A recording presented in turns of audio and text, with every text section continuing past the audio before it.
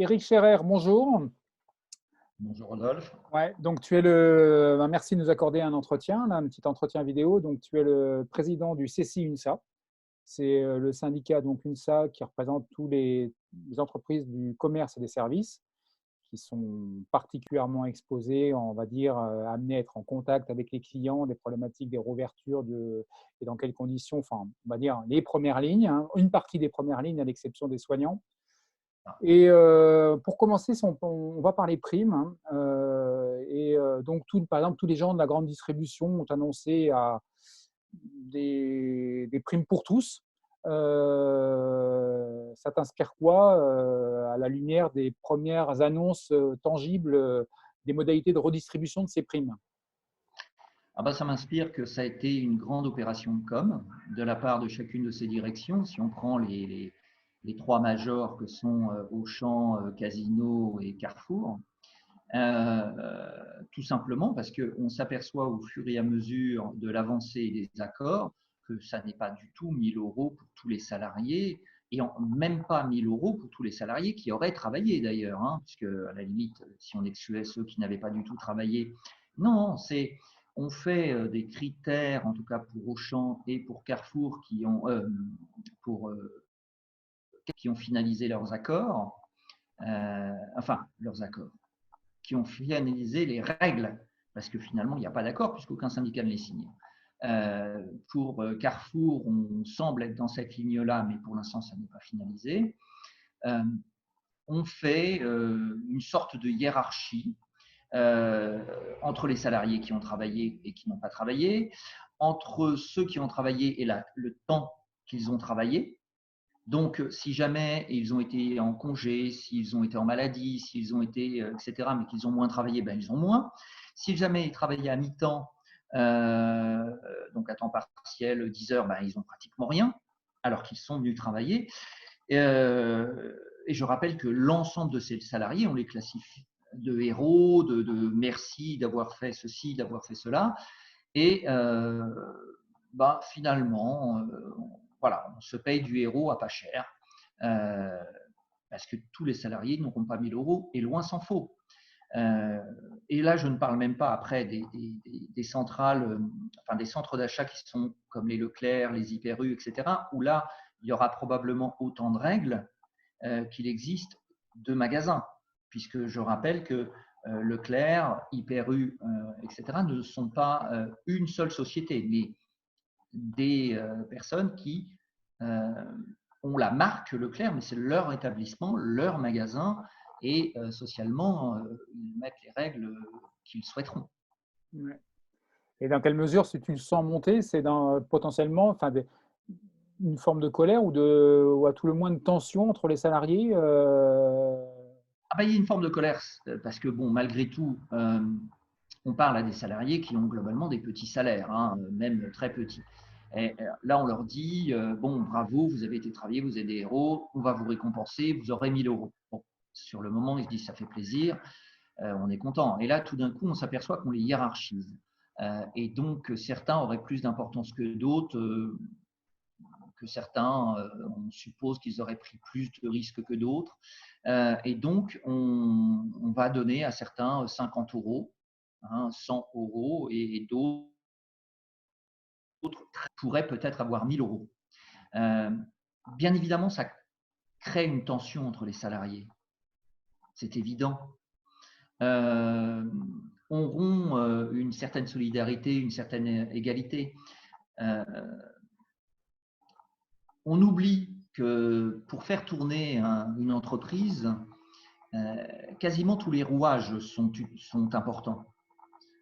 Et quelqu'un qui vient travailler quelques heures, mais dont son action est indispensable à ce que le magasin tourne toute la journée, mérite autant que quelqu'un qui lui a travaillé toute la journée en étant au service. Enfin, je veux dire, à un moment, c'est un tout. et que celui qui a télétravaillé et qui n'est pas non plus éligible à la prime, Ah, mais potentiellement aussi. pour moi, je défends auprès de mes délégués syndicaux que ceux qui sont en télétravail sont éligibles aux primes. Mm. Alors, éventuellement que celle-ci, il y a des discussions sur minoration, etc. Mais en tout cas, ils sont éligibles, ils ne peuvent pas être écartés. Ces gens qui sont en télétravail, ont un rôle bien évidemment indispensable au fonctionnement également de l'entreprise. Soit parce qu'ils font de l'approvisionnement, enfin tout ce qui est du domaine de la logistique. Vous supprimez la logistique, plus rien n'arrive. Si plus rien n'arrive, vous ne vendez rien. Voilà.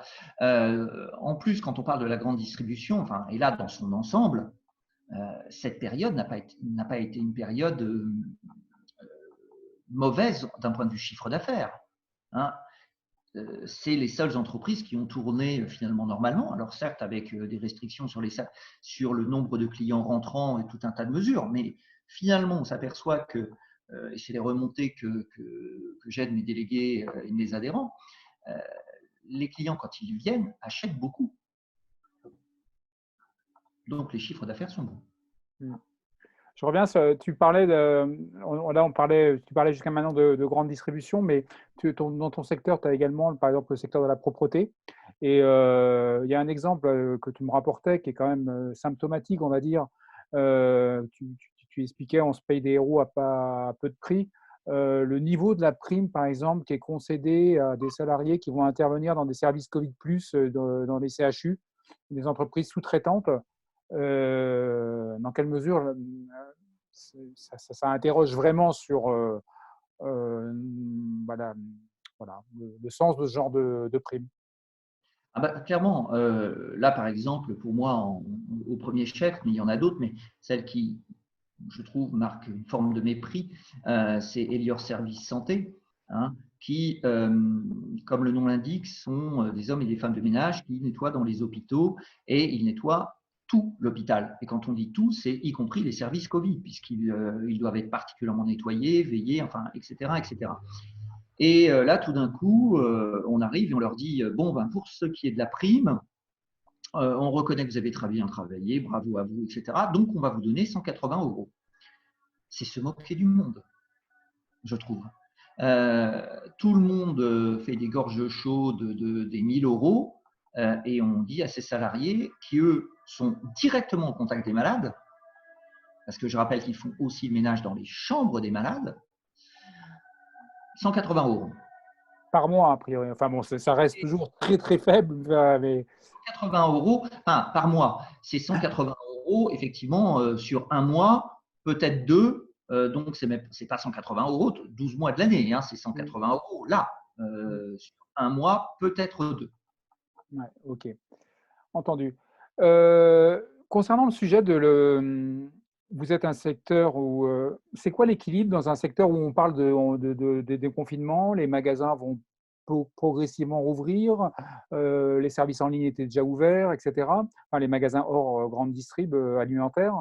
L'équilibre entre les inquiétudes économiques qui vous remontent au niveau du syndicat, et donc la crainte par rapport à son emploi et les conditions liées à l'exercice de cet emploi, liées à la santé au travail. C'est quoi l'équilibre et comment ça vous remonte?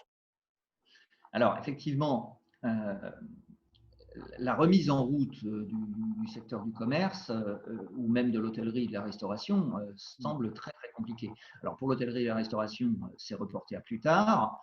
Donc, les salariés vont rester en chômage technique, en chômage partiel, excusez-moi. Et pour les magasins qui vont reprendre, bon, il y a beaucoup plus de questions pour l'instant que de réponses parce que avec l'ensemble des règles qui vont se profiler, les règles d'hygiène, de sécurité, etc., il semble évident que les magasins ne pourront pas fonctionner normalement, à plein. Donc, si ces magasins sont sur un chiffre d'affaires divisé par 2, pour faire simple, il paraît très logique que les effectifs soient eux-mêmes divisés par 2. Ce qui crée un problème par rapport à l'activité, puisqu'il faut, moi je plaide pour que tous les salariés puissent travailler, et donc il faudra qu'on trouve des possibilités de rotation. Sinon, on crée aussi un déséquilibre dans le travail entre ceux qui auront repris le travail et ceux qui resteraient chez eux dans le cadre du chômage partiel. Il faut qu'on crée une rotation pour que tous les salariés travaillent, gardent les mêmes compétences, gardent un même niveau de rémunération, parce qu'aujourd'hui, ceux qui sont au chômage partiel sont à 84% et ceux qui travailleraient seraient à 100%. Il apparaîtrait injuste que des gens qui n'y sont pour rien continuent à avoir un salaire réduit. Donc, en faisant travailler une semaine sur deux certains salariés puis les autres, on équilibrerait au niveau des rémunérations. On permettrait aussi plus facilement à certaines entreprises éventuellement de maintenir les salaires à 100% en fonction des compensations que l'État apporte à ces entreprises. Il y a effectivement l'ensemble de ces critères qui se posent, c'est évident. Voilà. Et ça se pose pour tout, parce que de toute manière, je vois bien pour l'hôtellerie, quand elle va rouvrir, ou les restaurants, ce qu'on voit se profiler avec une place sur deux, ce qui veut dire un chiffre d'affaires, qu'on le veuille ou non, divisé de toute manière par deux. Voilà, économiquement, même si l'entreprise veut bien faire, elle se retrouvera dans l'obligation de n'avoir que la moitié de ses salariés. Donc, il faut qu'on trouve des équilibres de façon à permettre à tout le monde, à terme, quand tout reviendra normal, de s'en sortir par le haut. Oui, mais alors, je voudrais, dans quelle mesure, dans le cadre, le choix de l'entreprise, ça peut être aussi de se séparer de la moitié de ses effectifs? Alors, ça pourrait. J'aurais aimé que le gouvernement français soit au moins aussi clair que le gouvernement espagnol, notamment, ou italien, c'est-à-dire interdise les licenciements à partir du moment où il prend en charge les salaires par les mesures de chômage partiel et qu'il compense, comme il est en train de le faire, et à juste titre, les charges des entreprises qui sont fermées et donc qui ne rentrent pas aujourd'hui. La contrepartie devrait être l'interdiction de licenciement. J'espère que les entreprises n'utiliseront pas cette situation pour dégraisser. Ce n'est pas mon sentiment pour l'instant, mais on n'est jamais à l'abri de rien. Par contre, fonction de la reprise économique, les rentrées, il est évident que si des entreprises se retrouvaient en très grande difficulté, là, pour le coup, et qu'elle n'était pas compensée ou soutenue, se retrouve à devoir licencier. Donc, il y a les craintes des salariés, elle est là. Hein. Est-ce que je ne vais pas perdre mon boulot? Certains se posent des questions, se mettre en danger eux-mêmes pour leur santé et mettre en danger leur famille et devoir travailler. C'est aussi une question. Hein. Beaucoup de gens ont des craintes. Tant qu'on n'a pas de réponse claire sur la façon de se protéger, sur la façon d'être soigné, voilà, personne ne signe sur son contrat de travail en disant j'y vais et je prends le risque de mourir. Ouais. Et pour revenir sur ton idée de rotation, déjà, est-ce que c'est quelque chose que tu portes, tu la portes où, cette idée? Et qu'est-ce qui va actuellement, là, qu'est-ce qui va faire qu'une direction va dire, sur quels critères là, une direction va pouvoir se baser pour qualifier le fait que quelqu'un va être en chômage partiel et tel autre va reprendre l'activité? Sur quels critères de départage? Alors, en dehors éventuellement des postes où, pour certaines entreprises, il n'y aurait qu'une seule personne en capacité de le tenir. Donc là, ça règle le problème. Dans les autres postes, dans le commerce ou dans la restauration, etc., malgré tout, un vendeur peut aller vendre dans un rayon qui n'est pas le sien. Je veux dire, voilà, tout le monde peut quand même tourner, apprendre. Je veux dire, la chose est tout à fait faisable. Hein, le métier est le même. C'est éventuellement la technicité et le produit qui peut être un petit peu différent. Donc, il n'y a pas de problématique à avoir un système qui permette une rotation de salariés. Il n'y a pas de problématique technique. On n'est pas sur quelque chose qui fait que chacun a un emploi tellement spécifique, tellement spécialisé qu'il serait le seul à pouvoir le tenir. Donc, il n'y a pas de clé de départage, ça veut dire aussi. Moi, la clé de départage, Ouais. il faut la faire la plus simple possible. Hein. En gros, si on a la moitié de son effectif, la moitié qui a travaillé la première semaine est au repos la deuxième semaine, et celle qui était au repos la première travaille la deuxième. Et on fait tourner comme ça les gens Voilà, je pense qu'il faut essayer de faire quelque chose de simple, voilà, qui se comprend plus facilement et qui s'organise facilement. Ça, actuellement, est-ce que c'est une proposition que tu la portes où, cette proposition? On voit bien la logique. Et dans quelle mesure, par contre, c'est compatible avec, par exemple, les règles d'indemnisation qui sont prévues du chômage partiel, de pouvoir tourner comme ça, de dire, ben voilà, je suis une semaine en chômage partiel, une semaine, je reprends mon poste. Sur ces règles-là, celle qui sont en train de sortir est en train d'être mis effectivement la possibilité d'avoir la moitié de son effectif en chômage partiel et une autre moitié qui travaille. Hein. Bien. Donc, par contre, sur les effets de rotation, je pense que ceux qui avaient réfléchi avaient dit, bon, ben, ceux que vous laissez en chômage partiel, on les prend, et puis voilà, vous rémunérez les autres. C'est finalement pas si compliqué que ça, parce que je rappelle que c'est l'entreprise qui déclare qui est en chômage partiel et qui ne l'est pas. C'est l'entreprise qui déclare le nombre d'heures où le salarié est en chômage partiel et le nombre d'heures qu'elle paie. Donc, en réalité, ça n'est que des lignes d'écriture. En soi, il n'y aurait pas normalement de difficulté dans la déclaration à dire que M. Durand a fait 20 heures, que Mme Dupont a fait 20 heures, que monsieur… Voilà. Et donc, l'assurance chômage n'indemnisant que le nombre d'heures qui lui est déclaré pour être indemnisé, le reste étant indemnisé par l'entreprise, par le salaire. Donc, normalement, d'un point de vue purement technique, ce n'est pas si compliqué que ça. Et ça assurait une égalité de traitement. Ça assurait une égalité de traitement. Ça assurait aussi le fait que tous les salariés se sentiraient utiles, avec la même utilité. Et pour moi, c'est quelque chose qui m'apparaît important. Il n'y a rien de plus terrible dans une entreprise ou même une société que de faire ressentir que certains seraient plus indispensables que d'autres. Ça crée des tensions que vous traînez pendant très très longtemps. Ok. Voilà. Après, comment les introduire? Ben, c'est simple. Aujourd'hui, moi j'en parle, enfin, nous en parlons à nos délégués, à nos représentants qu'il faudrait introduire ça. Le gouvernement est en train de demander éventuellement que les entreprises mettent des accords de redémarrage, on va dire.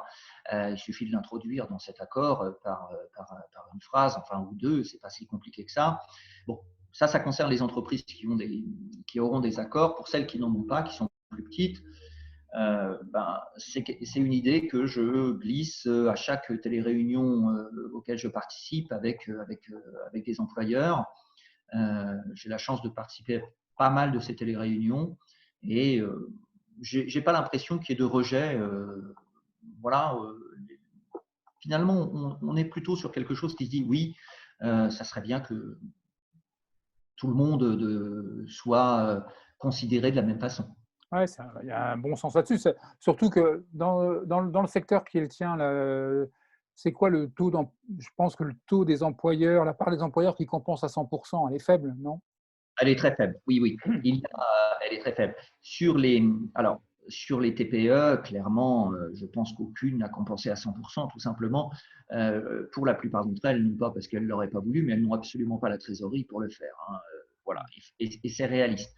Pour ce qui concerne maintenant les succursales, les chaînes, etc., là, certaines ont décidé de le faire, en tout cas dans un premier temps. Si on prend les grands groupes, par exemple la FNAC, sur les premiers mois, elle a décidé de le faire. Après, par contre, elle ne le maintiendrait plus que selon des critères, puisqu'elle a voulu faire passer un accord qu'il a rejeté, c'est-à-dire qu'elle maintiendrait à 100%, mais à condition qu'il y ait une modulation énorme que les syndicats et les salariés n'acceptent pas pour l'instant. Donc là, c'est en phase de discussion.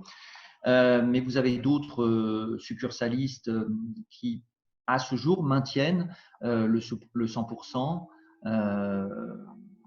Alors, je voudrais faire de la pub à personne, mais enfin, bon, Uniqlo, par exemple, le fait, et d'autres non.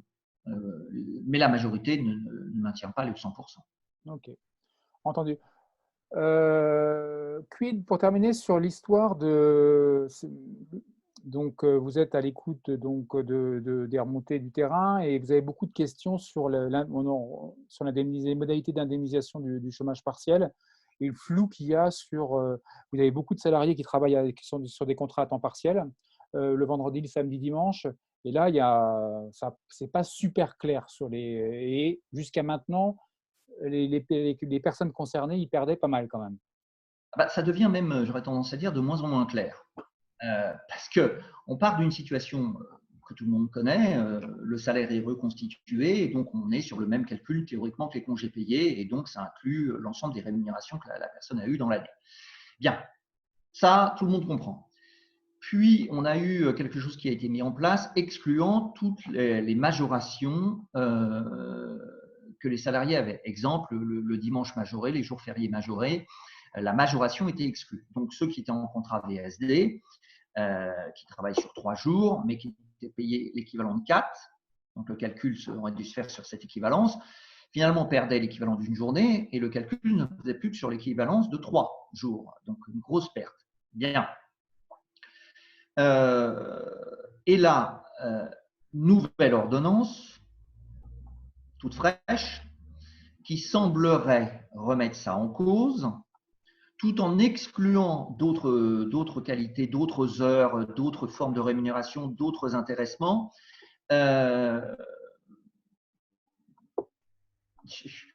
Quand je vois tout ça, là, ma question c'est pourquoi? Mais pourquoi tant de… Enfin, c'est absolument incompréhensible. Ça devient, y compris pour les juristes spécialisés qui se penchent sur le truc, vous lisez l'article et vous vous dites, mais je ne comprends pas.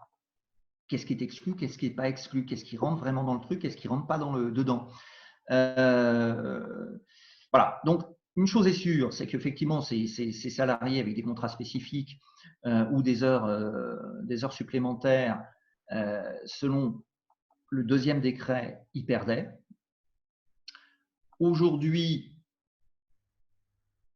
a priori, ça devrait être pris en compte, mais tout en ayant encore des exclusions sur d'autres formes d'heures. Donc, voilà.